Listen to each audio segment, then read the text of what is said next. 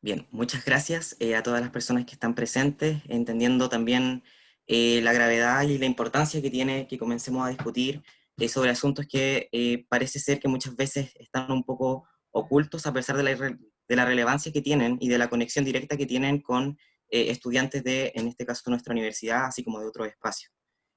Cuando nos pidieron que hiciéramos este conversatorio, me llamó mucho la atención que la mayoría de los problemas que nos mencionaban las personas que en este momento van a exponer eran cuestiones que no estábamos al tanto como estudiantes y que sin duda repercuten importantemente no solamente en la realidad cotidiana que tenemos como estudiantes que tienen que siempre estar viendo lo que va a suceder en su futuro académico, sino que además son cuestiones que sin duda significan una profundización en los distintos problemas que hemos visto, que ya se viven tanto al interior de la academia como por el hecho de estar en una pandemia que sin duda ha agudizado enormemente cada uno de los problemas que ya teníamos como sociedad.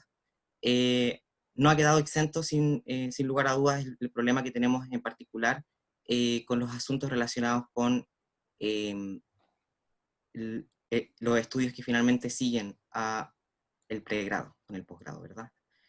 Agradezco por lo tanto enormemente este espacio y bueno, les comento de que vamos a estar con Cristian Undurraga, con Enrique Riobo y con Senia Fuster, justamente comentando estas problemáticas.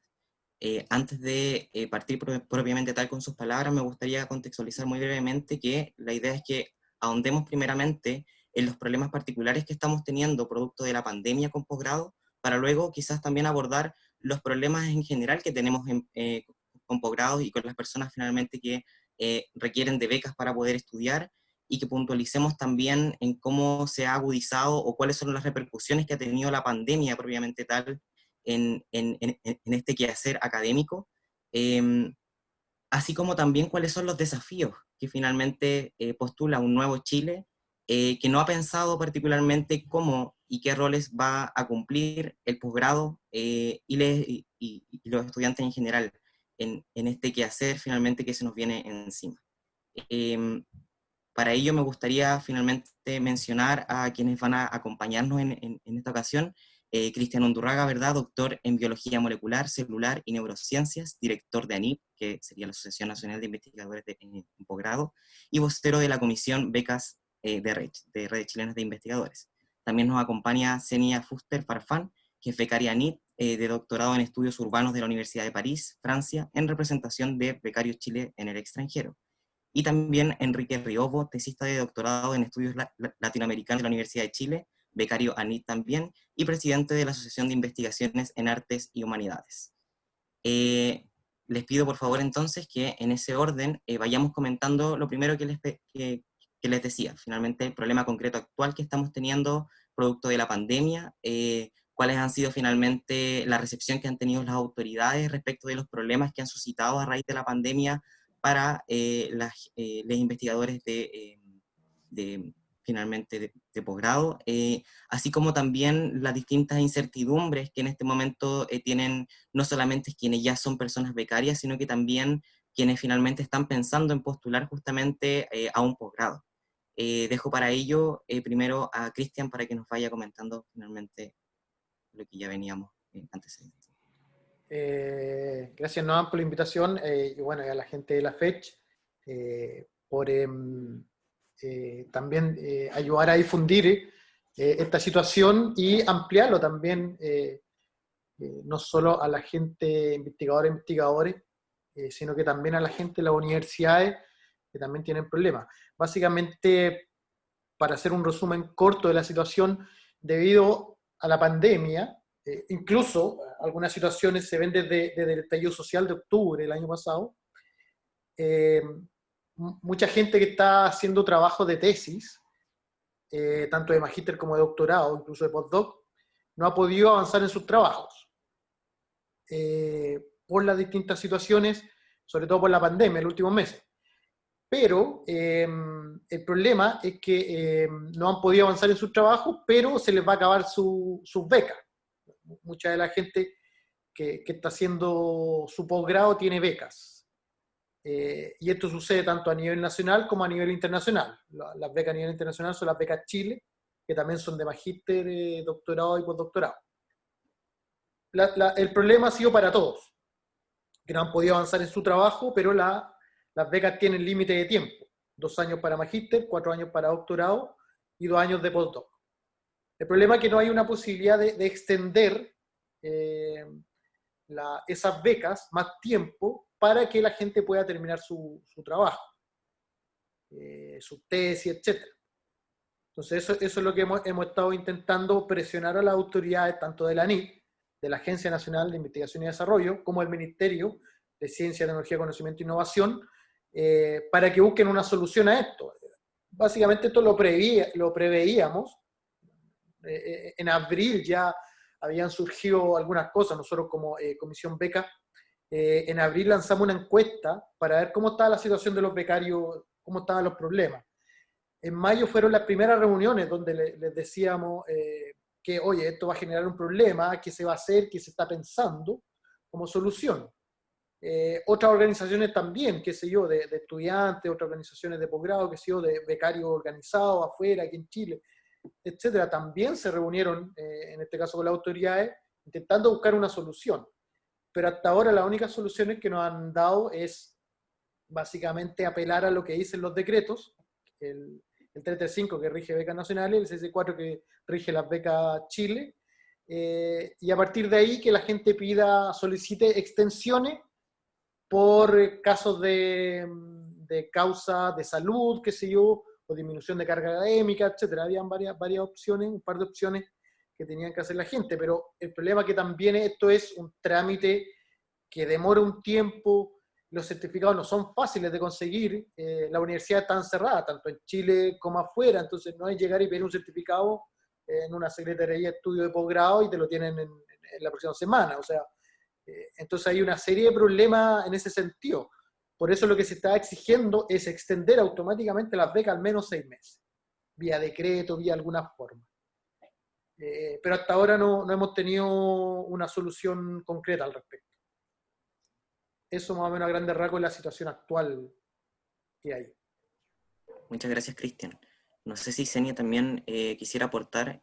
A mí, por ejemplo, me llama enseguida la atención porque en particular el tema de flexibilización que mencionaba Cristian es un asunto que transversalmente se ha pedido desde el estudiantado para las distintas situaciones como que vivimos también, tanto que tenga que ver con flexibilización para entrega de trabajo, para entrega finalmente también de documentos que certifiquen ciertas becas, pero a la vez parece ser que, por ejemplo, el gobierno sí ha tenido la voluntad de extender ciertos plazos en relación a finalmente los estudiantes secundarios, para la educación primaria, ha habido ahí cierta flexibilidad, entonces llama la atención el por qué esta flexibilidad ha tenido una especie de discriminación arbitraria con esta área, por ejemplo, tanto de posgrado y en algunas veces también de pregrado, como hemos tenido también muchos problemas con las becas.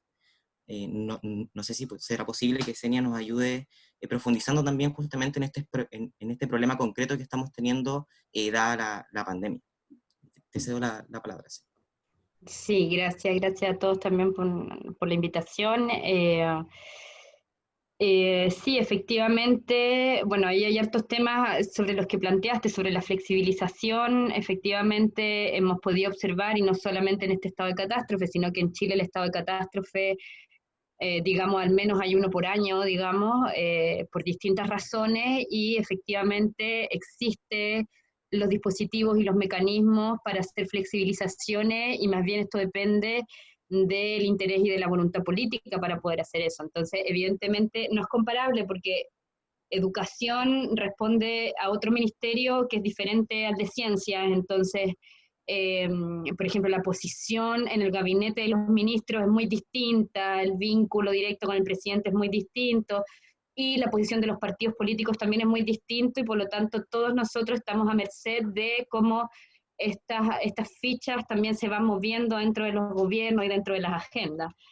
Lo que sí me gustaría quizás, como en mi posición de becaria en el extranjero, como puntualizar algunos temas o enfatizar sobre algunas problemáticas específicas nuestras, que evidentemente primero está el tema más coyuntural, de la urgencia, y también hay elementos estructurales que evidentemente que se evidencian a partir de la pandemia y que me imagino que hablaremos más adelante sobre la ciencia en general en Chile, sobre la carrera de investigador, de investigadora, etcétera.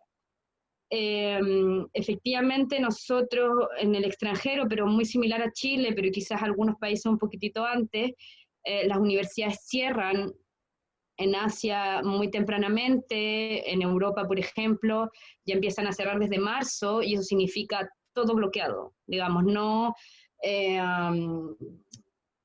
cuarentenas dinámicas, gente que va, que viene, comunas que sí, que no, o sea, es decir, se cierra todo y en el se cierra todo, no hay acceso a las universidades, no hay acceso a los laboratorios, no hay acceso a las bibliotecas, entonces hay una presunción que tú como investigador tienes que seguir normalmente tu trabajo, bajo la lógica de las becas, pero con tu vida cotidiana y laboral completamente interrumpida.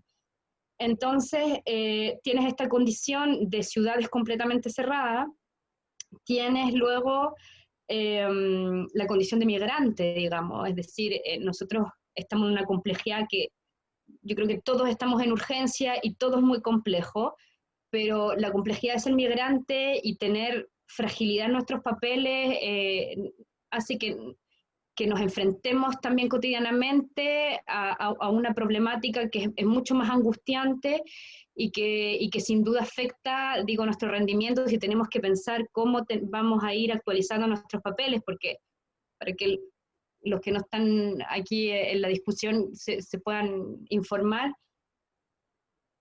si tú no tienes financiamiento, si tú tienes una beca de estudiante y no tienes financiamiento, no puedes renovar tus papeles. Entonces quedas en una condición como, no quiero decir ilegal, digamos, pero efectivamente irregular. Entonces la pregunta es que te quedas así como, bueno, ¿qué hago? ¿Me quedo en este país? ¿De dónde saco dinero? ¿Pido un crédito? ¿Pido plata prestada? Como hay un conjunto de problemáticas que dependen también de la situación de cada becario, digamos. También tiene que ver con las condiciones familiares, es decir, no todos los becarios o las becarias son jóvenes de 20 años y que es muy respetable también, iniciando su vida tal. Hay muchos que tienen familias, que tienen 2, 3, 4, 5 hijos, que tienen sus parejas, que tienen personas a cargo, que tienen personas enfermas a cargo también en Chile. Entonces hay un conjunto también de situaciones familiares que también son muy diversas. Personas que han tenido que quedar al cuidado, por ejemplo, de los niños, no algo muy distinto a lo que está pasando en Chile, pero aquí pasó muy tempranamente el cierre completo de los colegios, y por otro lado las condiciones también materiales para trabajar en las casas, es decir, nosotros apenas alcanzamos, digamos, con las becas que prácticamente en la mayoría de los países son equivalentes al sueldo mínimo, apenas pagamos pequeños departamentos, entonces qué condiciones, digamos, materiales tienes tú para poder desenvolverte y poder terminar una investigación. Y eso hablamos en general a todos los becarios que estamos afectados, pero también en particular a los que estamos en último año y que nuestras becas están terminando entre agosto. Ahora, imagínense que agosto, septiembre es el equivalente al marzo en Europa, por ejemplo. Entonces ya todas las becas están terminando estos meses y estamos en una situación muy, muy crítica. No sé si respondí la... Sí, muchas gracias, Senia.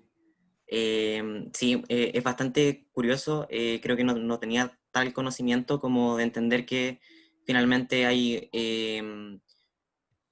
como que se dividen en el fondo como estos ministerios y por tanto las becas no dependen en particular del Ministerio de Educación, que parece ser a quien apuntamos los dardos en general, para exigir ciertas cuestiones que tienen que ver justamente con un área que creemos que es meramente educativa.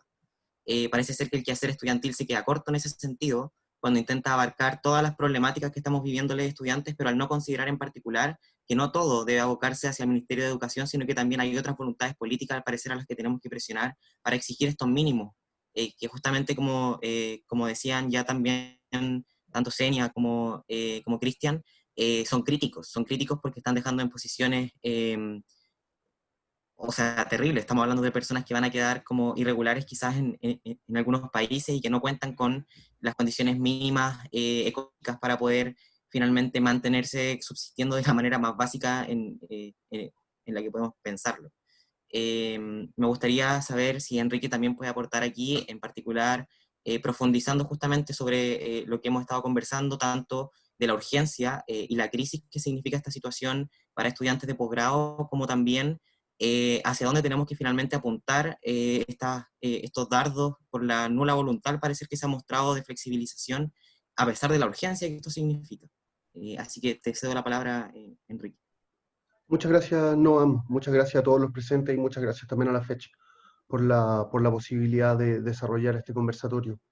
Yo quisiera decir varios elementos.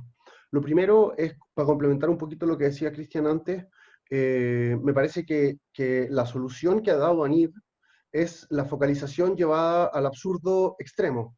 ¿Por qué? Porque a ti te están diciendo que cada persona tiene que postular para ver la extensión, pero sin embargo tú sabes de antemano que esa extensión a la que tú puedas postular no puede ocurrir, porque te dicen el decreto no tiene estas características y entonces no podemos hacer nada más que el decreto, pero sin embargo postula igual, individualmente, para que te digamos que no el decreto y podamos ver si es que podemos hacer alguna excepción. Entonces, eso es llevar la situación al absurdo, donde te están obligando y te están llevando, ¿no?, a hacer cosas y a postular y una serie de cuestiones que no tienen ni un sentido al final, o que al menos hasta ahora no han tenido ningún sentido. Y por otro lado, esa cuestión revela otro problema, ¿no?, que es el problema de no querer hacerse cargo de la cuestión concebida como algo así como desde una óptica de derechos, podríamos decir, y concebirla más bien desde una óptica meramente subsidiaria e individualizante, donde incluso si es que cada persona que hace el requerimiento fuese eso, un requerimiento aprobado de manera individual, a mí me parece que eso igual sigue siendo mucho más absurdo que decir, hagámoslo para todos, y bueno, si es que alguien no puede o no quiere, bueno, veamos esos casos, pero en alguna medida la gran mayoría de la gente lo va a necesitar.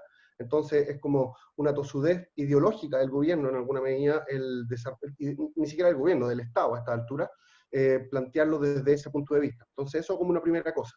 Como una segunda cosa también, y esto lo vamos a conversar un poquito más adelante, está todo lo que tiene que ver con la condición, podríamos decir, ambigua, de una investigación que no es reconocida como trabajo, y como no es reconocida como trabajo, todos los derechos laborales y todos los beneficios laborales que se deberían haber tenido no existen. Por ejemplo, yo llevo 4 años como becario ANID de doctorado, estuve 2 años antes como becario de magíster, esos son 6 años de trabajo en alguna medida, que han llevado su fruto, etc. Y en ningún momento nada de eso cotizó en AFP, ni cotizó en ninguna instancia, y por ende, ni en seguro laboral, o sea, en seguro de cesantía, y por ende ahora, por ejemplo, algo que podría haber salvado y que salvó a otras personas, como fueron los beneficios del COVID, nosotros no podemos acceder a ellos. Y eso es algo que me parece absolutamente racional, e incluso pone en valor lo mismo que está haciendo el gobierno, ¿no? Entonces, y hoy día, por ejemplo, ni siquiera se pronunció sobre eso el ministro Kuhn. Entonces, desde ese punto de vista, me parece una cuestión terriblemente problemática. Por otro lado, quisiera también decir que el Ministerio de Ciencia es un ministerio relativamente nuevo dentro del contexto de la institucionalidad política actual. Y desde ese punto de vista es que, por ejemplo, lo que comentaba Noam antes con respecto a esta como que no es solo el Ministerio de Educación, sino también el Ministerio de Ciencia, responde precisamente a eso. El Ministerio de Ciencia cumplió hace poco, 1 año, 2 años me parece, se comenzó con Piñera, y entonces desde ese punto de vista se hicieron cargo de CONICYT, y CONICYT ya tenía una serie de problemas estructurales que venían explotando desde hace varios años. Entonces esta es una cuestión que no es una novedad en alguna medida.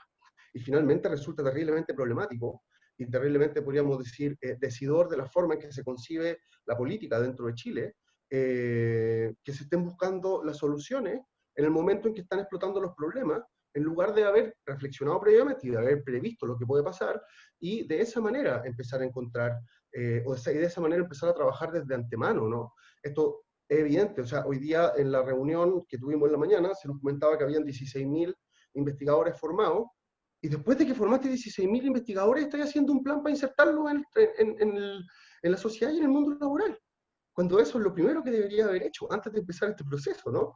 Entonces, en ese sentido, no estamos diciendo que tenga que hacerse cargo de todo, pero al final hay una cierta dimensión de irracionalidad o de o de problemas estructurales muy graves que estamos empezando a ver cómo explotan todos ahora, al mismo tiempo, en el marco de una crisis social, en el marco de una crisis sanitaria, que en alguna medida empieza a provocar una situación que, como decía Genia, es terriblemente compleja para poder sentarse a reflexionar sobre las cuestiones que tenéis que escribir y que tenéis que hacer. Y en ese sentido también, desde el mundo de las humanidades, desde el mundo del arte, por más que muchas veces se conciba que, o se diga como una caricatura, como si pudiéramos trabajar desde la casa porque lo único que hacemos es leer libros, como si es que los archivos o las bibliotecas o los estudios que necesitamos para estas cosas no estuvieran cerrados y no tuviéramos que acceder a esas cuestiones para poder hacerlo.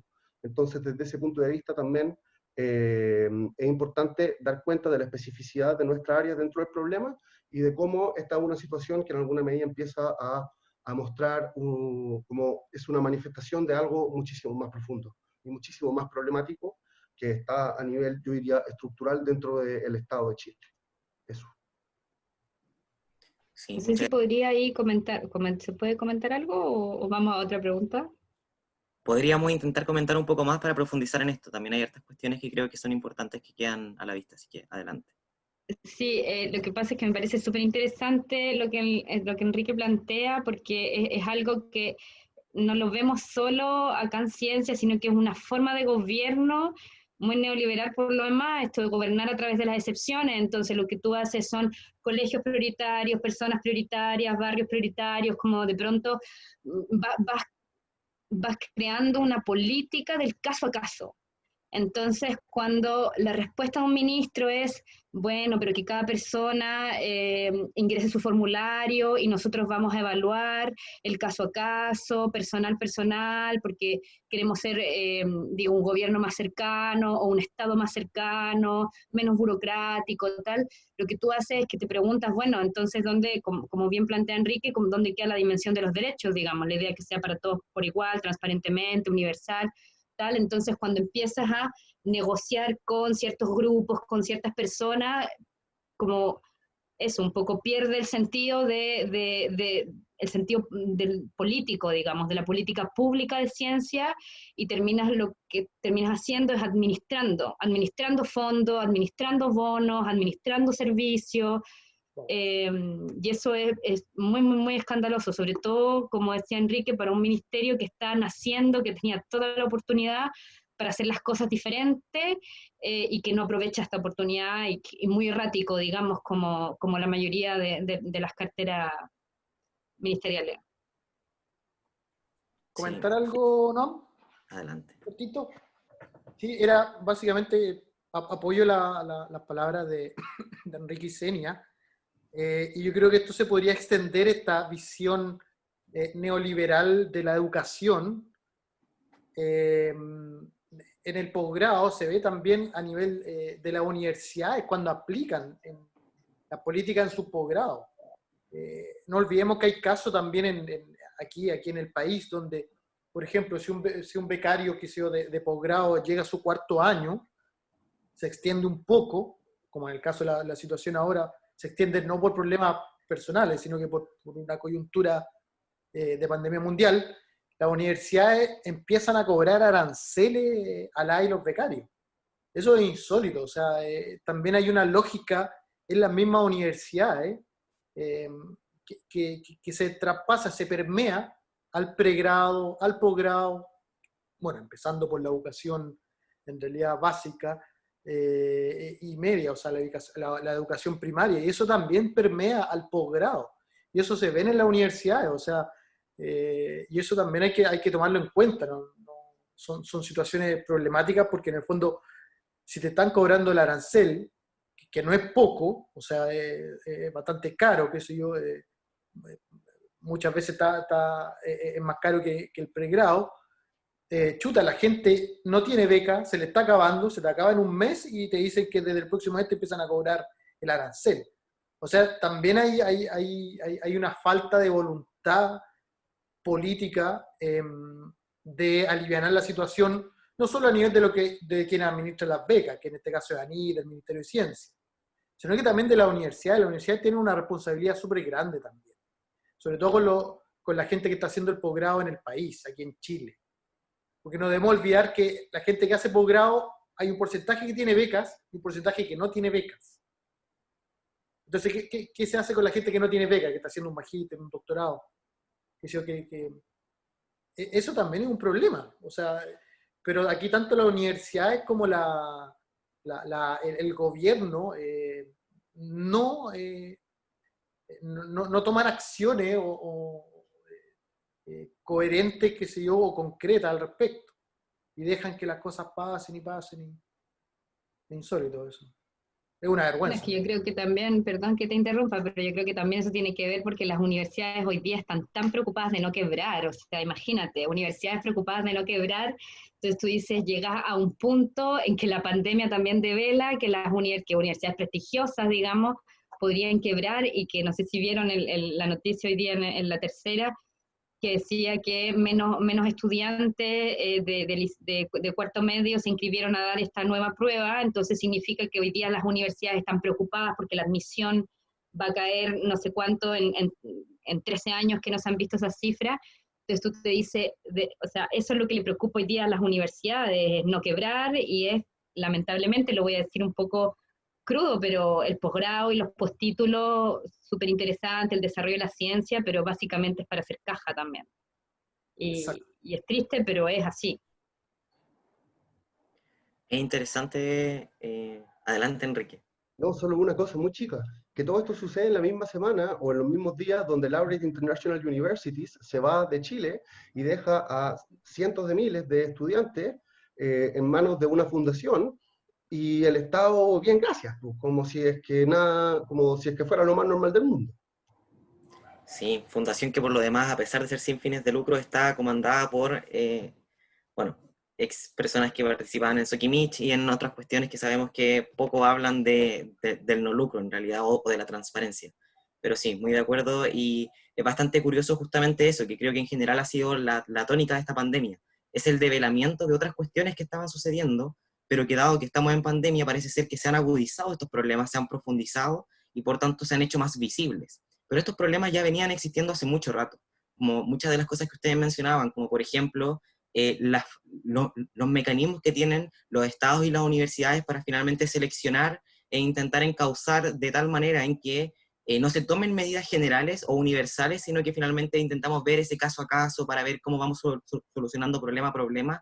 Es algo que también los estudiantes estamos viviendo en este contexto donde para cada persona, por ejemplo, que nos hace clase, tenemos que mandar una justificación particular para, por ejemplo, atrasarnos un par de días en un trabajo, a pesar de que es obvio que todas las personas estamos viviendo exactamente la misma pandemia, el mismo encierro, problemas muy similares, y carece de sentido, por tanto, que la forma en la que tengamos que actuar sea mediante este caso a caso, que por lo demás parece ser sumamente agotador para el aparataje. En vez de tomar medidas generales que finalmente se hagan cargo de esto, este caso a caso finalmente hace que se tenga que tener un aparataje mucho más grande para intentar ver cuáles son esos casos particulares y analizarlos de manera particular, así como también para tomar medidas que muchas veces llegan tarde o finalmente ni siquiera llegan.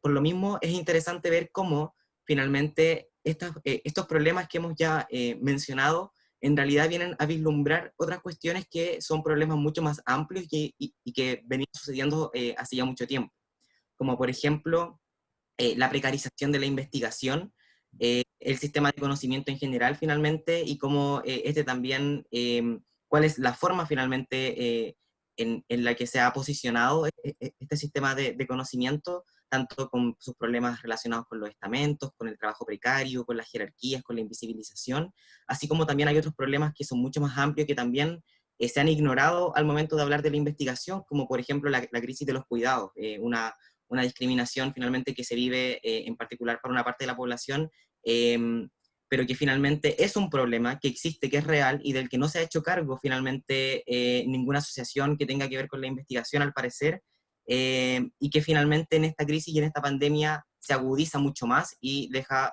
un montón de secuelas gravísimas para finalmente las personas que investigan, así como también para las mismas universidades que se quedan en muchos casos con menos personas que investigan, porque finalmente, como decían ustedes, por ejemplo, existe la posibilidad de perder becas, existe la posibilidad de quedarse sin financiamiento, y no para todo el mundo eso significa, bueno, lo costeo de mi bolsillo y ya está, porque muchas veces esa posibilidad no existe. Entonces me gustaría que Enrique partiera, vamos a dar la vuelta, comentándonos justamente esto, cuáles son estos problemas mucho más amplios que ha vislumbrado la pandemia porque los ha agudizado, pero que finalmente ya existían y que finalmente son desafíos también que pensar en términos de la investigación. Sí, ni un problema. Muchas gracias por la pregunta y por la introducción también. Creo que muy precisa en la manera de relacionar las cuestiones que nosotros estamos viviendo con también todo lo que se está viviendo a nivel mucho más extendido dentro del ámbito estudiantil. Y en ese sentido, lo primero que quisiera decir es una reflexión con respecto, podríamos decir, al nivel de las capacidades laborales existentes realmente, ¿no? Porque en muchas ocasiones se dice que el problema es la plata. Yo estoy plenamente de acuerdo que uno de los graves problemas es la plata, pero no es el único problema, porque también el problema es cómo se usa la plata. Y cuando tú estás, precisamente como tú decías, ¿no? Cuando tú quieres abordar todas las cuestiones desde el caso particular, entonces lo más probable que te va a pasar es que tú tengas a todos los funcionarios reventados, porque esos funcionarios no van a poder hacer todas las cuestiones que tienen que hacer. Si tú tenés que tienen que responder 10.000 mails, no sé cuánto, eso se convierte entonces en un problema muy grave. Y en CONICYT, o el ex CONICYT, cuando pasó a ANID, tuvieron una huelga, porque una huelga de honorarios, porque los honorarios que iban a pasar a ser planta, ni siquiera los pasaron a planta, sino que se mantuvieron como honorarios. Y hace poco despidieron a una de las presidentas de uno de los sindicatos de honorarios de ANID, y eso también fue un problema. Entonces tenemos una dimensión laboral que yo creería que se replica en ANID, pero que está en todos lados, ¿no? Dentro de la Facultad de Filosofía, que es donde yo estudié, uno de los diagnósticos fue precisamente ese, que en alguna medida todo lo que debería hacerse no alcanza a hacerse con la cantidad de gente o de fuerza de trabajo que hay, porque se te está exigiendo muchísimo desde distintos ámbitos. Y en ese sentido, otro problema estructural es como una suerte de incoherencia entre los distintos actores que hay. Por ejemplo, un actor que acá no hemos mencionado, pero que es fundamental para entender parte de la reticencia de las universidades a extender y flexibilizar los plazos, es precisamente la CNA, porque la CNA, al menos hasta mi conocimiento, es perfectamente posible que me equivoque, y si me equivoco pediré disculpas, pero hasta donde mi conocimiento no ha manifestado una intención de flexibilizar o de considerar todos estos aspectos en, por ejemplo, los procesos de acreditación. Y si es que no se acreditan los programas, después eso se convierte en un grave problema para la misma universidad. Ni siquiera se puede postular a las becas. Y entonces los programas empiezan en alguna medida, están obligados a presionar, ¿no? Para que salgan más rápido. Y muchas veces el cobrar mensualidades es precisamente una forma de presión para que los estudiantes se gradúen antes, cosa de no perder las acreditaciones por parte de la CNA. Entonces estamos en una situación bien problemática en ese sentido, ¿no? Por otro lado, otra cuestión que yo diría que es estructural y que a mí me resulta sumamente interesante, porque lo de investigar es trabajar, creo que se lo voy a dejar a Cristian, que es mucho más experto, porque desde ANIF tiene precisamente ese lema. Entonces yo quisiera manifestar otra cosa antes como un último aspecto, que tiene que ver con que en general la universidad se concibe desde una lógica de lo triestamental. Y eso triestamental están los funcionarios, los académicos y los estudiantes. Pero sin embargo, las personas que desarrollamos investigaciones en posgrado y que en muchas ocasiones nos desenvolvemos por años dentro de un mismo espacio por lo mismo, hay ocasiones en que desarrollamos las tres estamentos al mismo tiempo. Y en alguna medida se desenvuelve algo así como el milagro de la Trinidad, ¿no? O sea, somos tres en uno.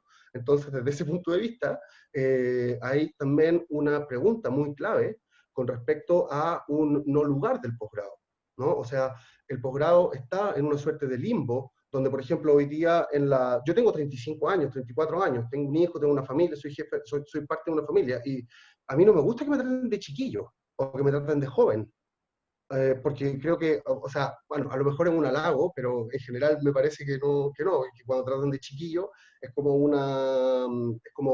mirar en menos en alguna medida. Y hoy día pasó eso en la reunión.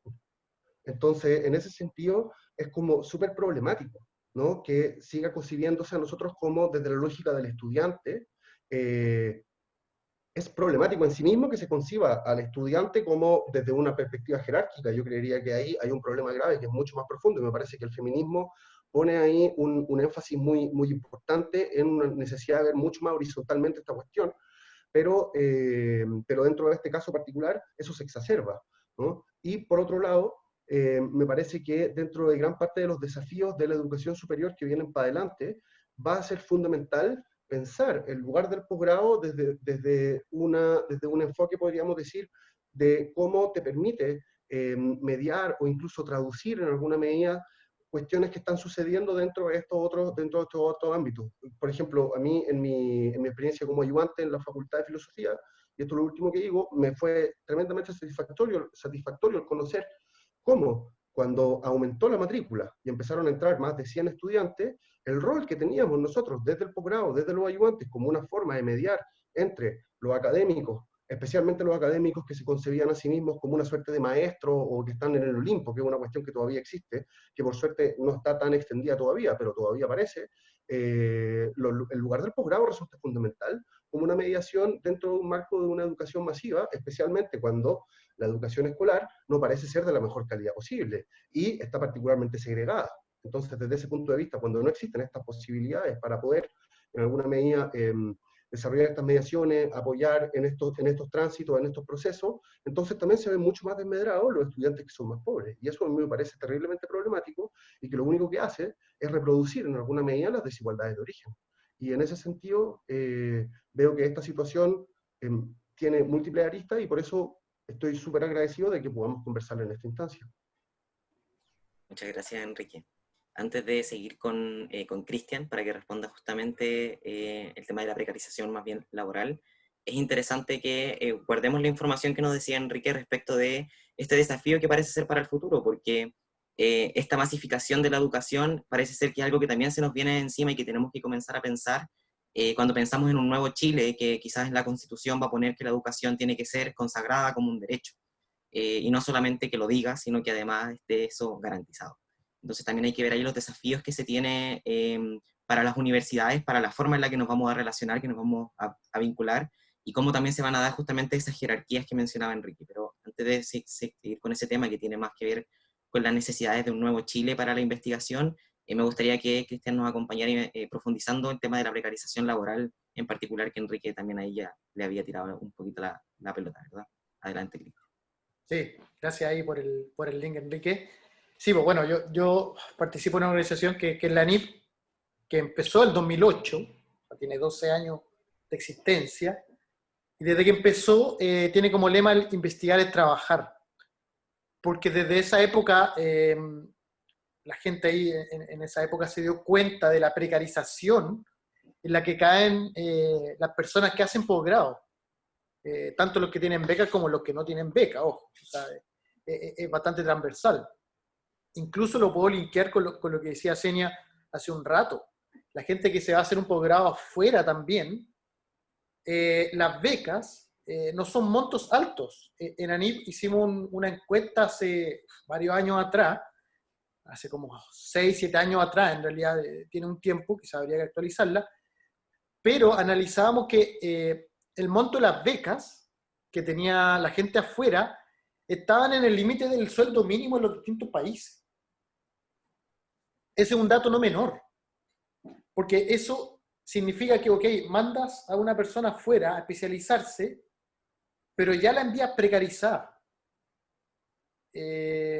Los montos, por ejemplo, que se tienen para si uno tiene hijes, qué sé yo, o tiene un cónyuge, son miserables, son creo que $50. O sea, ¿qué haces con $50 con un niño que tienes que cuidarlo? Eso también es un punto súper importante porque si uno analiza el promedio de la gente que hace posgrado, tanto en Chile como en el extranjero, el promedio está sobre los 30 años. Incluso en alguna área es un poco mayor, 35, 36 años, el promedio de la gente que se va a hacer un posgrado. Entonces aquí estamos hablando de gente que ya, como bien decía Enrique, no somos chiquillos. ¿Ah? No somos los cabros estos que están investigando. ¿No? Es gente ya que la mayoría, tiene un núcleo familiar, compuesto ahí por la o el cónyuge, qué sé yo, o hija o hijo, qué sé yo, hije, pero tiene que ver con eso, y eso ya te da una precarización cuando las becas no se trabajan como contratos. Básicamente el lema de ANIP, investigar y trabajar, es porque lo que siempre hemos peleado es que las becas no sean becas y sean como un contrato en el cual uno pueda tener algún tipo de seguridad social, bueno, no sé si es AFP, pero el que venga, que ojalá sea distinto, tenga un seguro de salud, O sea, porque actualmente no lo tenemos. La gente, si tú no cotizas individualmente, si tú no contratas un plan de salud de forma individual, la beca no te lo da. Entonces, son de verdad situaciones bien precarizantes en la gente que hace el posgrado. Y entonces, bueno, básicamente lo que les mencionaba se refleja, se permea la precarización que se ve en el pregrado, los estudiantes universitarios, o que se ve incluso en la educación básica y media, permea también al posgrado. Entonces yo creo que hay que tomarle una mirada mucho más amplia, como decía Noam, y quizá empezar a ver en el nuevo Chile que queremos construir mucha y mucho, ¿cómo hacemos para desprecarizar a todas y a todos? Al trabajador, al obrero, al estudiante, al investigador e investigadora. Y así.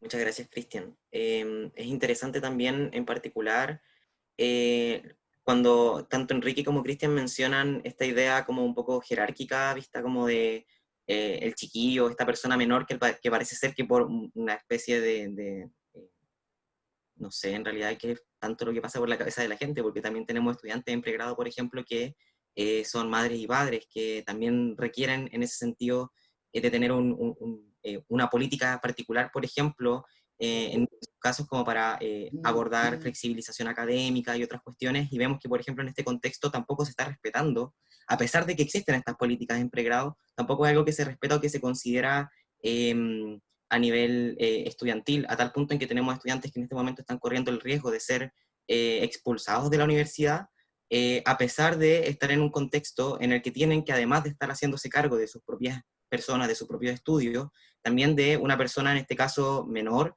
al que tienen que estar al cuidado, obviamente, con el que tienen que compartir en muchos casos un computador, un mismo espacio, y son finalmente precarizaciones que parece ser que no son relevantes para la universidad, para las autoridades, porque no se han tomado políticas estrictas al respecto. Y en ese sentido me gustaría también que Senia quizás nos acompañara profundizando en particular sobre estos marcos más generales que, si bien se han agudizado, como decíamos anteriormente, en la pandemia, en realidad son problemas estructurales propiamente tal que se tienen al momento de investigar. Adelante, Senia. Gracias, no. Sí, efectivamente, de hecho, me pareció súper interesante tu introducción porque efectivamente los contextos de crisis lo que hacen es develar las desigualdades, las vulnerabilidades y posiblemente lo peor que tenemos de la sociedad. Y como les decía antes, estamos todos los años con desastre y me acuerdo, por ejemplo, no sé si ustedes se recuerdan, para el terremoto del 2010, al parecer estábamos todos asombrados que la gente no era dueña de las casas, que la gente vivía precaria, que la gente vivía en zonas de riesgo y de pronto te das cuenta que el 80% de la población nacional se va a afectar y ahora con la pandemia te empiezas a dar cuenta, uy, parece que hay gente pobre, parece que hay gente que tiene condiciones laborales que no son ni siquiera condiciones laborales, hay gente que trabaja en una situación como, digamos, informal, que me parece súper interesante hablar, por ejemplo, de las condiciones de trabajo, como bien decía Cristian, es decir, nosotros, y ahí vi un comentario de Enrique, imagínate lo precario que tienes que estar para querer cotizar en la AFP, y es verdad. Es decir, así de precarios estamos. O sea, yo trabajé en la universidad toda mi vida hasta que me vine a hacer mi doctorado y yo nunca tuve contrato. Es decir, nunca he tenido AFP, no sé lo que es un seguro de cesantía, no lo sé hasta ahora. Y lo que más me alucina, por ejemplo, de la sociedad francesa, en este caso, donde tú tienes un Estado que efectivamente, digamos, no es el Estado más robusto ni social del mundo, pero al menos toma parte sobre algunos temas estratégicos, que el primer anuncio del Ministerio de Ciencia aquí en Francia fue: vamos a extenderle el contrato, porque aquí tienen contrato, no tienen beca, durante un año a todos los doctorantes, independiente si están en primero, segundo, tercero, cuarto, noveno año, les vamos a extender un año, porque asumimos que las condiciones son tan críticas y tan precarias que la política tiene que ser universal. Entonces, ahí, cuando tú me preguntas sobre los temas estructurales, me pregunto, bueno, ¿cuál es el rol de la NID? Y no solo de la NID, ¿cuál es el rol del Ministerio de Educación? ¿Cuál es el rol del Ministerio de Vivienda? ¿Cuál es el rol del Ministerio de Salud? Y podemos encontrar un elemento común en todos, que son pagadores de subsidio, que lo que hacen es administrar plata y se las entregan a externos, ya sea a personas, ya sea a entidades ejecutoras, a colegios, a universidades, tal, pero básicamente es eso, es racionalizar recursos. Entonces, cuando tu trabajo como la institución encargada de la investigación es básicamente administrar plata, administrar subsidio, administrar beca, y no tomas posición por nada, y no tienes una propuesta de política pública al respecto, porque tu política pública no puede ser aumentar las becas el próximo año, o reabrir las becas de magíster que terriblemente fueron cerradas este año para el extranjero. Digamos, cuando tu política de ciencia es voy a aumentar o voy a disminuir el subsidio, es porque eso te habla de un problema estructural en el Estado, digamos. Y que por eso estamos en la situación en la que estamos ahora. Básicamente estamos peleando contra la burocracia, y eso es terrible porque no estás peleando contra la política, no estás discutiendo. Y quisiera revenir a una conversación que hace unos días tuvimos por ahí, posiblemente por el chat, tal, Luis, que de hecho ahora está ahí comentando, que decía, bueno, nosotros somos uno de los que, posiblemente los que más encarnamos el espíritu de un funcionario público, entendiendo no como el burócrata, que mucho respeto a los burócratas, pero más bien como personas que encarnan el querer trabajar por lo público, porque cuando tú decides ser investigador no hay otro interés que ese, digamos. O sea, no te querías ir, sin duda aquí la cosa no es como llevarte la plata para la casa, en ningún caso. Entonces, la pregunta es cómo el Estado reconoce a personas que trabajan por lo público, que si estas personas que trabajan por lo público no estuvieran haciendo lo que hacen, por ejemplo, hoy día con la pandemia que hay en Chile o en el resto del mundo, con las vacunas, con los laboratorios, con las muestras, etcétera, ¿qué harías sin toda esa mano de obra profundamente precarizada? Y eso todo nos habla de problemas estructurales, es decir, de problemas estructurales en el nivel del trabajo, de cómo funciona el Estado, etc. Y quisiera, si me das un segundo, quisiera también referirme que eso yo también creo que es demasiado evidente y que quizás incluso como mujer lo invisibiliza, porque lo naturaliza, digamos, los problemas y las brechas estructurales también de género. Es decir, ya a la base, las brechas de género son evidentes en el ámbito de la ciencia, porque al parecer las mujeres, por ser madres o por ser cuidadoras, nos tenemos que poner en pausa, porque nos atrasamos, porque no nos quieren contratar. Y esto es verdad, en las universidades igual no te quieren contratar, porque si tú haces clase a honorario, siempre es un problema estar embarazado, siempre es un problema tener a los niños a tu cuidado. Eso ya existe, ya es a la base. Y con la pandemia, lo que te pasa es que estás siendo investigadora, tienes que trabajar en casa, tienes que hacer teletrabajo, tienes que hacer una investigación, tienes que estar educando al cuidado y más encima a las tareas domésticas. Entonces tú te preguntas cómo, de hecho me pareció muy impresionante porque la mayoría de la gente, por ejemplo, que a pesar de la crisis, que ha logrado terminar sus investigaciones a tiempo, han sido solo hombres. Yo no he escuchado ninguna mujer en el grupo, de doctorados en el extranjero de último año, que haya dicho, sí, yo logré y lo terminé. Sin duda, son cuestiones que, como decíamos antes, se revelan, pero que al mismo tiempo ya veníamos hace harto rato arrastrando estos problemas estructurales, en muchos casos problemas que son estructurales no solamente a los problemas de investigación o de los investigadores, sino que son problemas estructurales que tenemos a nivel país. Solamente como anécdota comentar que también es muy preocupante la situación que se mencionaba desde el primer punto que estábamos comentando en relación a la precarización también en que quedan estudiantes en el extranjero, cuando es distinto, por ejemplo, muchas veces el quedarte sin la posibilidad de financiamiento de tu investigación, teniendo una red de apoyo, teniendo a la gente, por ejemplo, que muchas veces puede ser tu familia cerca, que cuando eso no existe. Y quería simplemente comentar una situación, por ejemplo, una compañera mía de generación, de hecho, que estando en pregrado se ganó finalmente una beca para estudiar en un semestre en México, y mientras estaba allá sucedió lo de la pandemia, y eso significó que la primera respuesta que intuitivamente tuvo fue voy a tener que empezar a buscar trabajo, porque le cancelaron el vuelo de vuelta, y cuál es el apoyo que había ahí por parte de las universidades, por parte del Estado, para pensar en que tienes a una persona con menos de 22 años estudiando afuera, que se queda sin una red de apoyo, que no tiene un mínimo para poder como sustentarse, y finalmente es el completo abandono. Es interesante por lo mismo, tanto como decíamos antes, como estos problemas puntuales en realidad no hacen más que develar cuestiones estructurales que finalmente significan de que parece ser que tanto al Estado como a las universidades no les preocupa tanto, o no les preocupa de manera como general y universal el bienestar de sus estudiantes o de sus investigadores, sino que parece ser algo que se analiza caso a caso, dependiendo de si logra finalmente llevar esta problemática a tiempo, si la burocracia logra finalmente hacerse parte de ese problema que detecta, y si logra encontrar también financiamiento para dar una respuesta, que en muchos casos sabemos que no ocurre. Pero me gustaría ahora que también comentásemos, y partiendo en esta ocasión con Senia, sobre cuáles serían, por tanto, estos desafíos, porque dentro de todo se abre una ventana de oportunidad cuando pensamos en que se va a construir una nueva constitución, donde estamos pensando también en un nuevo Chile, en un Chile distinto, con principios también distintos, que quizás se alejan justamente de lo que Enrique acusaba como principios individualizantes, como con una ideología en realidad basada en la individualidad, que espero, al menos personalmente, que logremos ir derribando con esta construcción de una nueva constitución, con este quehacer de este nuevo Chile.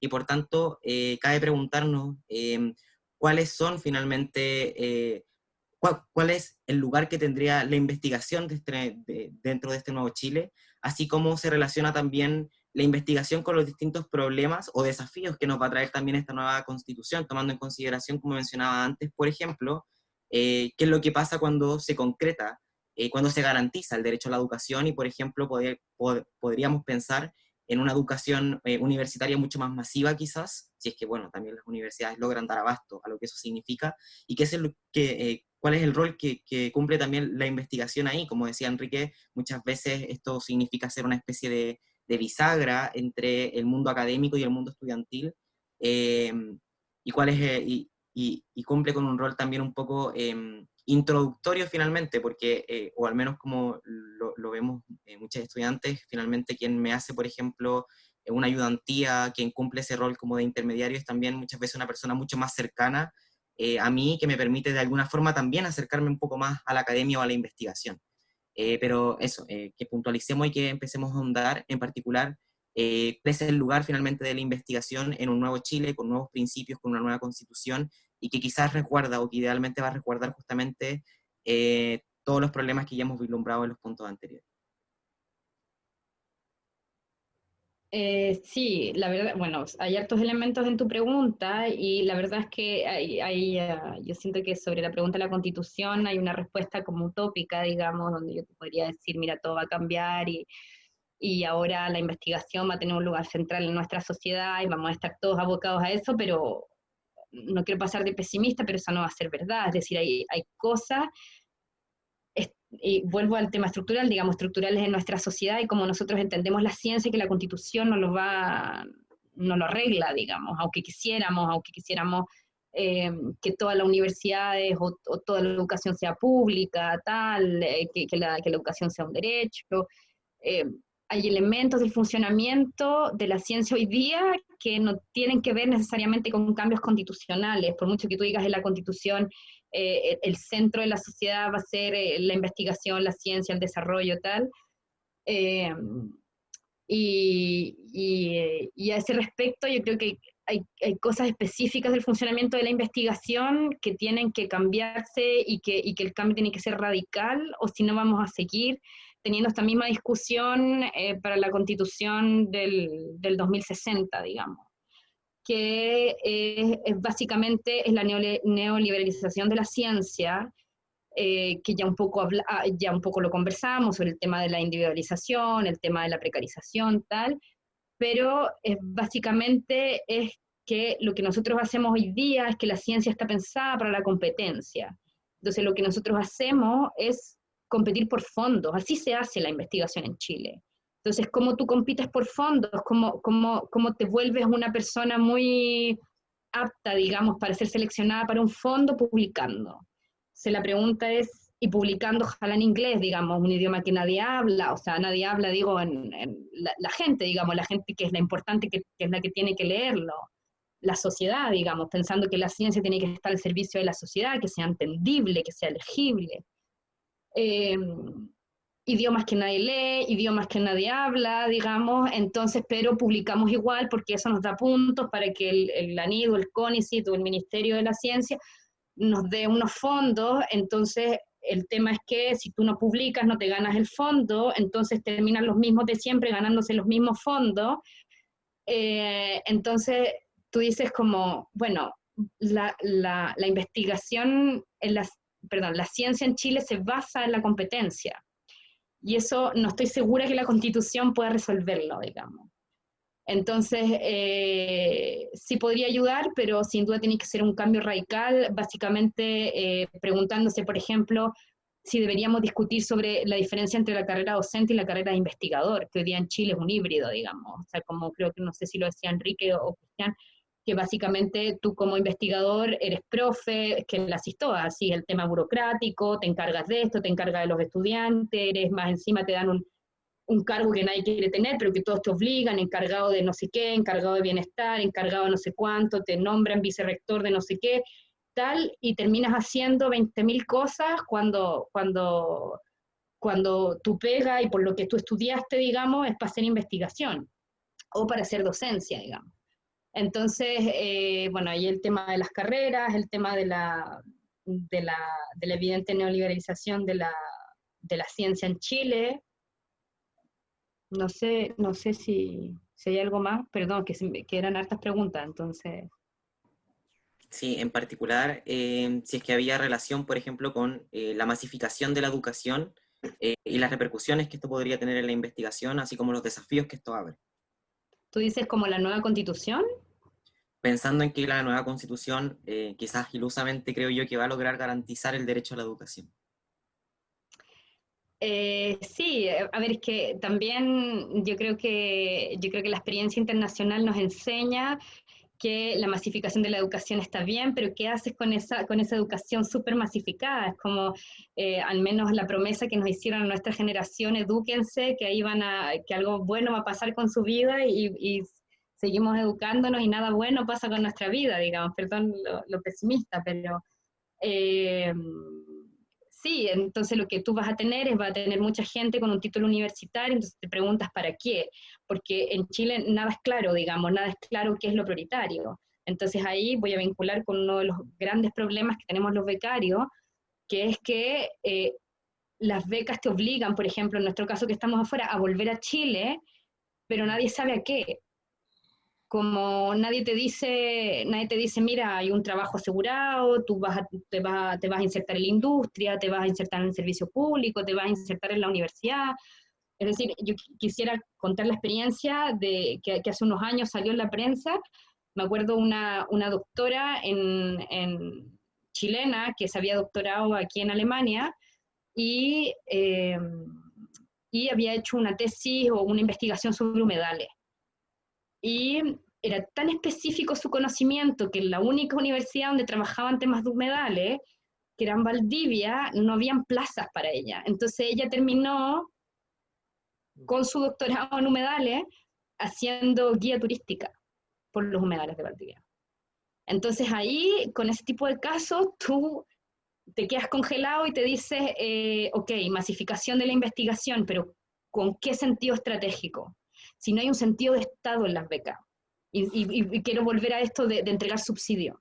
Como, ¿cuál es el sentido de Estado? ¿Por qué el Estado me paga a mí por estudiar lo que estoy estudiando? Como, ¿cuál es el sentido? Y el vacío de sentido, no sé, por ejemplo, si eso se llena con una constitución. Más allá de, insisto, de tener, y que vas a tener muchas personas educadas, la educación masiva, pero por ejemplo yo lo veo aquí en Francia, todo el mundo aquí tiene licenciatura y máster, como un poco lo que está pasando en Chile. En Chile ya casi todo el mundo tiene máster, y las universidades tienen este programa 2x1, sacas el título y sacas la maestría. Y después, de pronto, aquí en Francia también, todo el mundo es doctor, entonces tienes a la gente trabajando en bares siendo doctor, ¿y qué? Como, ¿cuál es el sentido estratégico de eso? Yo creo que eso hay que pensar más que sí, yo estoy de acuerdo con el acceso amplio y si queremos descontrolado a la educación superior, pero ¿cuál es el sentido? ¿Cuántos de qué? Como necesitamos, no sé, 15.000 periodistas al año, no lo sé, estoy inventando, ¿eh? ¿Los necesitamos o no? ¿Y para qué? ¿Viste? Y un poco pasa lo mismo en el ámbito de la investigación. Muchas gracias, Senia. Dejo entonces a Cristian quizás para que también pueda ayudarnos profundizando en particular sobre lo que nos decía Senia. O sea, hay un vacío de sentido al parecer respecto de, parece ser que no es muy controlado ni muy pensado el cómo se abre esta educación masivamente, así como incluso hasta el día de hoy, como siendo no tan masiva la educación, tampoco parece estar muy planificado. Entonces, no sé si Cristian nos quiere acompañar profundizando un poco cuál sería este rol de la investigación en este nuevo Chile y cómo finalmente se hace cargo de esa falta de sentido, al parecer, que en este momento podemos vislumbrar. Sí, es un tema súper importante porque, bueno, bien mencionábamos hace un rato, hay características en el posgrado, que en el fondo se repiten en la otra instancia de la sociedad, que tienen que ver con esta visión súper neoliberal de individualismo y competitividad y precarización. Pero esas cosas van de la mano. Financiamiento de la investigación en Chile individualista y competitiva. Bien lo decía Senia, se postula de forma individual y se compite con los demás para ver quién gana el fondo, o no sé, fondo para 20 personas y compiten 100 o más, etc. Entonces, eso yo creo que es una descripción, un diagnóstico bastante preciso de lo que sucede, no solo a nivel de la gente del posgrado, de la educación, sino que a nivel país. A nivel país. O sea, hay un sentido común que es neoliberal. Todo tiene que ser mercantilizado, todo tiene que ser pagado, no hay un Estado que pueda darte ciertas cosas. Yo creo que esa lógica, esa estructura, porque algo estructural de hace mucho tiempo, se impuso en el país en dictadura, con una constitución y con política monetaria, y se impuso. De la misma forma creo que podemos sacarlo. Obviamente esto va a demorar muchos años, o sea, sacar los pilares fundamentales del neoliberalismo en Chile va a tomar años, decenas de años, algunas cosas incluso. Pero tenemos que empezar a hacerlo ahora, y la oportunidad de generar una constitución desde cero es súper importante, y yo creo que ahí tenemos que ponerle todas las ganas y toda la esperanza a que podamos al menos empezar a derribar esos pilares neoliberales. En ese sentido, y linkeando con lo que decían de, ok, ¿cómo llevamos la masificación de la educación, la masificación incluso de la educación de posgrado, qué sé yo, cuando tenemos un país que porta piedras, palos y pescado? Es un explotador de materias primas. Ahí también tiene que ir de la mano con una industrialización del país. En el fondo, la gente que se está preparando, la gente que hace posgrado en Chile, que hace posgrado afuera, tendría que tener una oportunidad de insertarse laboralmente en el país cuando vuelven o cuando terminan aquí en el mismo país. Qué sé yo. En regiones también se podrían potencializar industrias específicas, qué sé yo, pero eso ya tiene que ver con una visión mucho más macro de los cambios que se tienen que hacer a nivel país. Obviamente una industrialización donde el Estado sea un actor importante y no se deje solo a los privados, ¿ah? Porque los privados son los que hacen la industria y las empresas. No, yo creo que el Estado también podría hacerlo. Hay un ejemplo, el clásico, yo creo que lo he escuchado muchas veces, de Corfo, en los años, en la mitad del siglo pasado, qué sé yo, generó una cantidad de industrias gigante. Y en buena parte del país. O sea, pero esos en dictadura se fueron todas privatizando y ahora están en manos de privados. Pero fueron todas industrias que fueron generadas a partir de Corfo, a partir del Estado. Entonces se debería hacer, obviamente, con una visión mucho más del siglo XXI, qué sé yo, generar empresa, un Estado emprendedor, como le decía, hay una economista inglesa eh, que sigue siendo muy capitalista para mí, pero tiene unas cosas bien interesantes. De un Estado que genera industria, en la cual se van insertando los distintos trabajadores especializados que se van formando. Porque eso también es una falta que tiene, una falencia que tiene el país, que no tenemos especialización de los trabajadores. Hay una masa gigante de trabajadores de comercio, de retail, pero que no se especializan.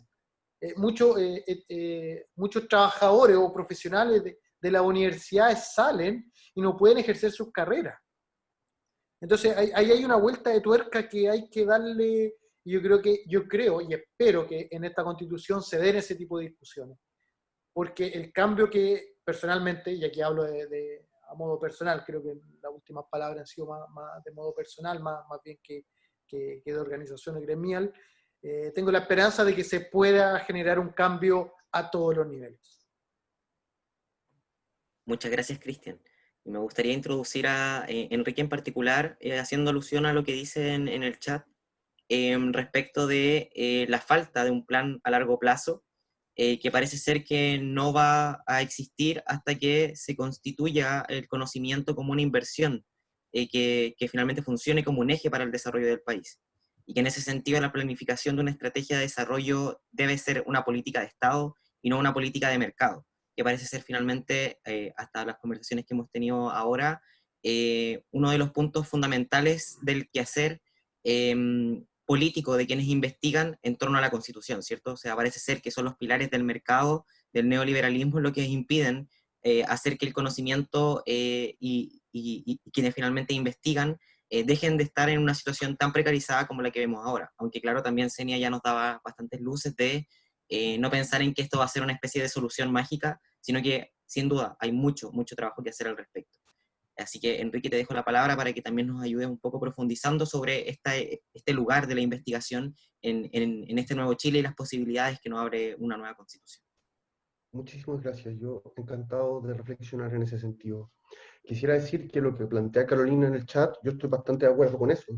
En ese sentido, Víctor, que también es comentado ahí, plantea en otros lados la idea de una extracción de humanidad en alguna medida. O sea, que el extractivismo, que en otro ámbito es extracción de recursos, para el caso especialmente de las universidades masivo-lucrativas, pero uno podría plantearlo en términos generales, y en este caso particular, en el caso del posgrado, existe algo así como un extractivismo de humanidad, ¿no? O sea, una búsqueda por exprimir a la gente de su conocimiento, de su experiencia, de su información, de sus ganas, de sus capacidades, etcétera, y que eso después, si uno tiene suerte, el conocimiento producido puede ser algo para alguien, pero si uno no tiene suerte, entonces lo único que quedó es la plata que o tú pagaste o que el Estado pagó para que te formaran, y después, bueno, chao, si te he visto no me acuerdo. Yo conozco casos explícitos de si te he visto no me acuerdo. Y me parece que precisamente eso, yo creería que está en la base, en alguna medida, de algo así como lo que decía Senia, con respecto a la crisis existencial dentro de la investigación. A mí me da la sensación de que hay una crisis existencial en términos generalizados dentro de la sociedad, dentro de gran parte de la sociedad. Y ahí, bueno, uno puede remitirse a cuestiones más teóricas, como la idea del vínculo, como el vínculo entre consumo y drogadicción, etcétera, ¿no? Pero en cualquier caso, a lo que me refiero, o la pregunta que yo me haría, es cómo lograr tener algo más de sentido. Ahora, el tema de la crisis existencial, ¿de qué otra manera se revela? Por ejemplo, hace poco salió un documental, Las paradojas del nihilismo, y uno podrá estar de acuerdo o en desacuerdo con lo que se planteaba dentro del documental Las paradojas del nihilismo, pero el mero hecho de que aparezca un documental de ese estilo ya hace evidente que existe al menos algo de sentido común frente a la idea de una crisis existencial que nos está afectando. Entonces la pregunta ahí que cabe y que resulta inevitable es ¿cómo podemos tener más sentido? ¿Cómo podemos tener algo más de sentido? ¿De qué manera le otorgamos algo más de sentido a nuestra vida en alguna medida? Yo creería que esa es una pregunta clave en múltiples niveles, y que en el caso de la pandemia lo hace sumamente evidente, ¿no? O sea, cuando tú te enfrentas a la muerte de una manera tan literal como ocurre en el caso de la pandemia, entonces la pregunta por cuál es el sentido de la vida inevitablemente aparece. Y yo te diría que en ese marco, una concepción de las humanidades desde una lógica del maestro y el discípulo es horriblemente antidemocrática dentro de un contexto como el actual. Yo creería que en un marco como este, las humanidades tienen un potencial, por ejemplo, de desarrollo de una reflexión crítica interna y que cada uno debería hacerla, porque cada uno es el que sabe qué es lo que puede hacerle más sentido a uno. Eso jamás te lo puede responder alguien más. Pero las herramientas para poder hacerlo, el tiempo para poder hacerlo, la capacidad de reflexión para poder hacerlo, es algo que muchas veces está encapsulado dentro de ciertos sectores sociales nomás. Y eso es una cuestión terriblemente dramática. Eso por un lado. Pero por otro lado, y a propósito de lo que decía Senia, yo no estoy tan de acuerdo con ese pesimismo, pero no estoy tan de acuerdo porque en realidad creo que, o sea, si fuera solamente desde el ámbito de la racionalidad, estaría de acuerdo, pero intento poner todo de mí, intento tener algo de sentido para mí, para no estar, y la única manera de poder tener algo de sentido es no estar de acuerdo con eso. Entonces, en ese marco yo me imagino o pienso la Constitución como la apertura más bien, no como algo que es un cierre en sí mismo o algo en sí mismo, sino la Constitución como la apertura de un proceso que te permite imaginar una posibilidad nueva de existir. Y esa posibilidad nueva de existir no se cierra con el término de la Constitución, ni se cierra con lo que se diga dentro de la Constitución. La Constitución abre ese proceso. Y en esa apertura de ese proceso es que nosotros como investigadores tenemos que hacer todo lo que esté dentro de nuestro esfuerzo para poder plantear estos temas dentro de esa discusión, porque lo que va a aparecer ahí no va a ser el final, va a ser el inicio de un proceso que ojalá sea un proceso largo, de 20, 30, 40 años, donde las cuestiones que aparezcan ahí, por usar una metáfora agrícola, ¿no? Las semillas que se pongan ahí, ojalá que vayan floreciendo en el tiempo, nadie espera que eso florezca de un momento a otro, eso sería muy imbécil pensar eso, ¿no? Yo creería que lo único que dicen eso son la gente del rechazo que te quieren caricaturizar, son la única gente que está pensando en esa clave. Pero por otro lado, ese proceso de imaginar una posibilidad nueva, ¿no? El proceso que se abre para imaginar una posibilidad nueva, en términos generales es lo que nos va a pasar a todo Chile, pero al mismo tiempo eso se despliega en cada uno de los niveles específicos dentro de los que nosotros nos movemos. Entonces, una pregunta que yo me haría es de qué manera esa posibilidad de pensar lo nuevo se manifiesta dentro del ámbito específico de la investigación. Y ante esa pregunta, yo creería que ahí el problema del sentido agarra mucho más carne, podríamos decir. Y en ese marco, a mí me da la sensación que una de las formas principales mediante las cuales se puede abordar ese problema es profundizando de manera mucho más clara la relación con la sociedad. Pero esa relación con la sociedad no desde la óptica de la Torre de Marfil o no desde la óptica del faro que ilumina, sino desde la óptica como un actor más dentro de todos los múltiples actores que existen dentro de la sociedad. Un actor que tiene sus especificidades, que tiene sus particularidades, pero que trabaja horizontalmente con todos los demás. Y en ese sentido yo me preguntaría, ¿qué es lo que tenemos ahora? ¿Qué es lo que hemos construido hasta ahora? Porque yo no creo que todo pueda construirse para adelante. Hasta ahora hemos construido una cuestión que es un potencial increíble, porque tenemos millones de personas que están en la educación superior, miles, cientos de miles de esas son primeras generaciones de la educación superior, y a mí eso me parece que es una cuestión fantástica, yo en ningún caso lo miraría en menos. A mí me parece que es súper problemático que la gente no pueda trabajar en lo que estudió, pero en ningún caso pensaría que la solución de eso es cerrar la cantidad de gente que estudia. Yo lo que pensaría es, entonces, imaginemos y pensemos cuáles son las mejores maneras de incorporar a toda esta gente, ¿no? Planifiquemos para adelante. En ese sentido estoy totalmente de acuerdo. Y por otro lado, la otra potencialidad son lo que dije antes, 16.000 investigadores. Eso es una cantidad bastante importante de investigadores. De esos 16.000 investigadores tenía más de la mitad haciendo clases a honorario, como profesores taxi, donde tenéis que tener 5 o 6 cursos para poder tener, entre 4 y 6 cursos, podríamos decir, para tener un sueldo más o menos bueno. Y eso es mucho tiempo, y eso impide reflexionar y pensar sobre cualquier otra cosa que no sea la especificidad de tu curso. Y desde ese punto de vista, me preguntaría, y creo que una pregunta muy clave, es ¿para qué puede servir la investigación en la resolución de problemas concretos e importantes para la sociedad hoy? Uno de los problemas más graves que tiene la sociedad hoy, por poner un ejemplo, ¿no?, es el tema de la violencia. La violencia estructural que se manifiesta de múltiples maneras. Esa violencia estructural que se manifiesta de múltiples maneras, para poder prevenirla, para poder abordarla, para poder reducir los efectos que tiene, tú necesitas saber cuál es la fisionomía de esa violencia, necesitas conocer cuáles son las causas de esa violencia, necesitas saber cómo se manifiesta en cada uno de los territorios específicos en los cuales aparece. Y para eso tú necesitas tener mucha investigación y mucho conocimiento. En ese sentido, si es que comenzamos a empujar políticas estatales que tengan enfoque de derechos humanos y que aspiren a la prevención de la violencia en serio, entonces la investigación cumple un rol fundamental en ese proceso. Ese es un ejemplo que se me puede ocurrir. Pienso que pueden haber múltiples ejemplos dentro de distintas cuestiones. Y en ese sentido, lo que me parece súper interesante de esta posibilidad es que nos permite en alguna medida ensayar precisamente esa idea y también yo creería que en ese sentido el tratarlos de chiquillo, ¿no? La chiquillada, precisamente una de las cuestiones que hace es hacerte mucho más inseguro, pensar que las cuestiones que tú pensáis no son tan válidas, no son tan buenas, no son tan importantes. Eso yo lo estoy viviendo constantemente. La conciencia de que efectivamente uno es un actor o uno puede hacer más cosas de las que uno cree que puede hacer. Y eso yo creo que también es un proceso de maduración generacional en alguna medida, que me parece muy bueno que lo tengamos y muy necesario que lo tengamos, especialmente para ciertas fuerzas sociales y políticas que son más jóvenes o más nuevas, ¿no? Donde tienen que creer, o sea, es creerse el cuento, es considerar que en verdad, o sea, uno no está como acá, como hay que intentar hacer las cosas en serio. Y yo creo que, pero hacer las cosas en serio requiere un cierto grado de imaginación política, y esa imaginación política requiere también un conocimiento previo que te permita proyectarlo de manera mucho más concreta y mucho más factible, ¿no? Y desde ese punto de vista la investigación juega un rol fundamental para poder pensar cualquier forma de política para adelante. Eso. Quisiera ver si no me dejas así 2 minutos. De hecho, iba en este momento a proceder a que si es que tenían o querían compartir palabras, este era el momento para después dar el cierre.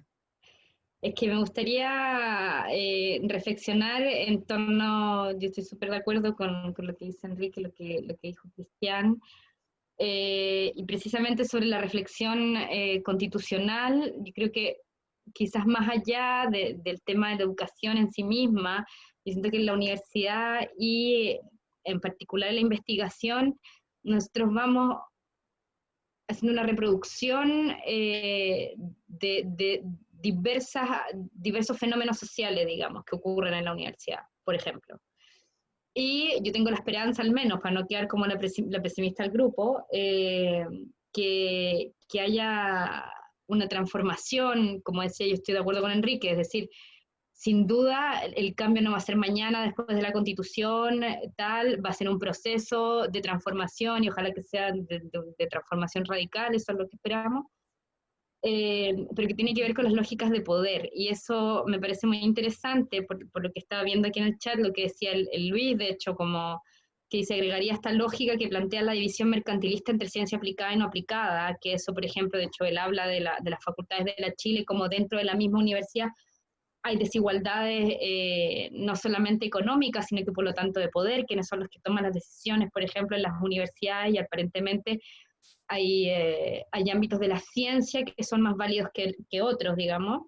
Pero también me gustaría referirme y que ahí es donde viene mi esperanza, digamos, con la Constitución, que sea una Constitución feminista, digamos, las relaciones de poder que se desarrollan en el seno de la sociedad, de las universidades y en particular de la ciencia, es decir, cómo, y que nosotros digo como Universidad de Chile, pero como la Universidad de Chile y muchas universidades hemos evidenciado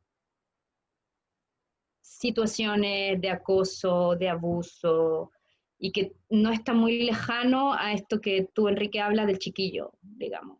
Esa lógica de poder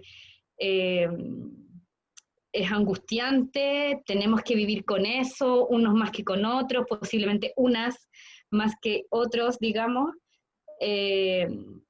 Pero, por ejemplo, si pienso en algunos elementos que nos podría traer o que nos podría refrescar la nueva Constitución, y que yo creo que si es que no lo hace, tengo la esperanza que lo sea al menos de manera radical, es cómo nosotros hacemos frente a las lógicas de poder en la universidad y en la ciencia, digamos, y cómo muchas de las situaciones de acoso que nosotros hemos visto, sobre todo en posgrado, es decir, vemos universidades, tengo por ejemplo la USACH muy clara, digamos, en mi cabeza de lo que pasó creo que fue en psicología, cómo eso pasa con estudiantes de posgrado que son dependientes, por ejemplo, a los directores de tesis, y cómo esas personas pueden seguir postulando a proyectos, se van cambiando de universidades donde hay un ambiente que se protege entre sí, que es un ambiente por lo demás extremadamente masculino, otras dos profesoras que también un problema, me acuerdo, en la Universidad O'Higgins, ¿no? Que es bien reciente, que está judicializado, es decir, y como eso podemos encontrar un montón de casos similares. Entonces, sí, solo eso, reflexionar sobre las lógicas de poder y cómo quizás la Constitución podía, insisto, no mañana, sino que va a ser un proceso, pero idealmente transformar radicalmente cómo nos estamos relacionando.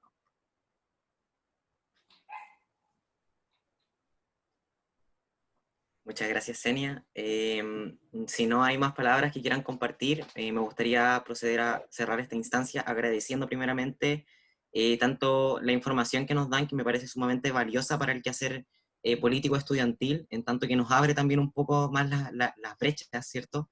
Ya no pensando solamente en pregrado las distintas problemáticas que vivimos, sino también intentando plantearnos las problemáticas que podríamos llegar a vivir, así como también la que están viviendo actualmente investigadores que finalmente han quedado un poco en terreno de nadie por no pertenecer a un estamento en particular, que finalmente son las formas en las que en general la universidad procede a fortalecer y a tomar ciertas medidas.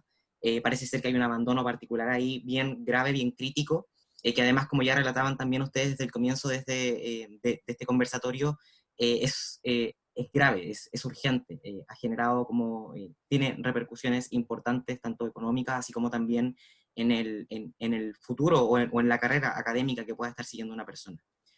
Agradecer primero eso, pero también agradecer las luces que nos dan respecto de lo que tenemos que comenzar a pensar ya también enmarcado en un proceso constituyente que se nos viene encima y que sin duda tiene que pensar a toda la sociedad al momento de reescribirse esa nueva constitución, sin tener quizá la ingenuidad de pensar como quienes van por el rechazo de que esto va a generar inmediatamente repercusiones gigantescas, pero sí entendiendo que puede generar finalmente cambios que ayuden, por ejemplo, a repensar estas lógicas de poder, como decía Senia, a repensar quizás también cuál es el foco que le queremos dar al conocimiento y a la investigación, pensando en las distintas áreas que tienen relación, por ejemplo, con los derechos humanos, así con un montón de problemas que ya hemos visto que son graves actualmente en nuestra sociedad, que requieran el conocimiento a su disposición y que podrían ayudarnos a generar este nuevo Chile de la forma también en la que lo queremos.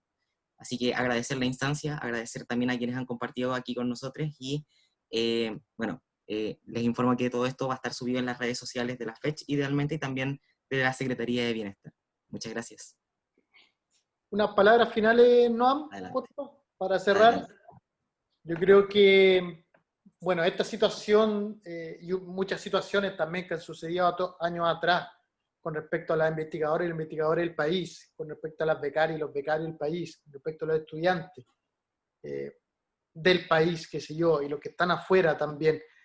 Yo creo que nos permiten hacer un cierto diagnóstico de que hay que cambiar las cosas y debemos hacer cambios grandes, y más o menos creo que aquí se han conversado bastantes líneas de por dónde podrían ir esos cambios o qué temas se deberían abordar sí o sí. Yo creo que eso es súper bueno también para ir visualizando de aquí para adelante, teniendo en mente que tenemos una nueva constitución que se puede construir, que se debe construir con todo y todo.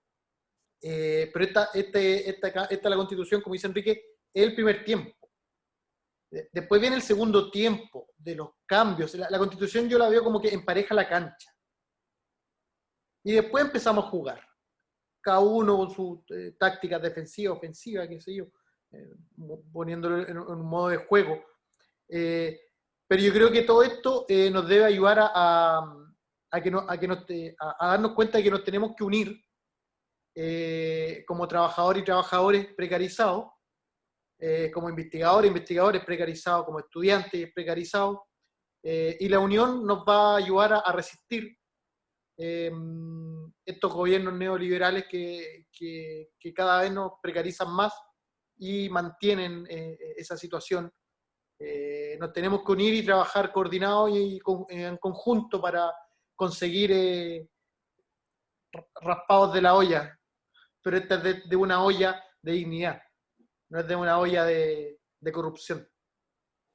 Pero teniendo la esperanza de que actuando juntos también podemos cambiar este país y construir una investigación mejor para Chile. Gracias. Yo quisiera decir una cosa muy cortita. Yo creo que los cambios son inevitables. Y son inevitables, no van a existir. Esos cambios pueden dejarnos mejor o pueden dejarnos peor. La única manera en que nos dejen mejor es mediante un proceso de organización de organización profunda, tanto en nuestros espacios particulares, pero también que propugne un diálogo entre distintos espacios que antes no dialogaban. Y el desafío que nosotros tenemos es intentar pensar cómo desarrollar esos diálogos entre espacios que antes no dialogaban.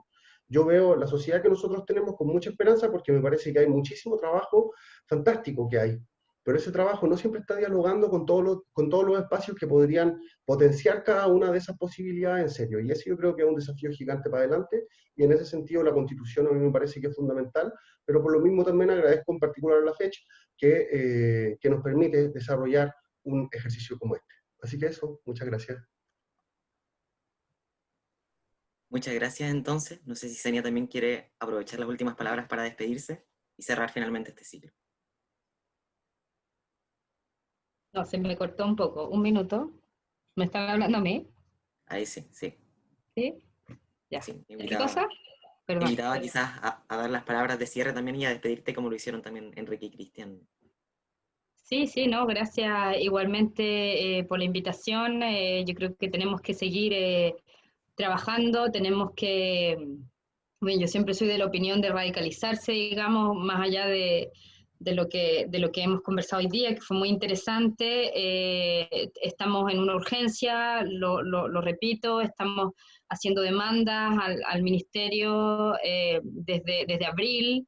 eh, seguimos esperando y seguimos esperando y están ganando tiempo y están trabajándonos con el caso a caso y eso ya es un poco ya vergonzoso políticamente, así que nada, simplemente hacer un llamado al ministerio a que se transforme en un ministerio de verdad político y que haga frente, digamos, a la crisis de la ciencia que devela esta pandemia. Muchas gracias y quédense Apruebo.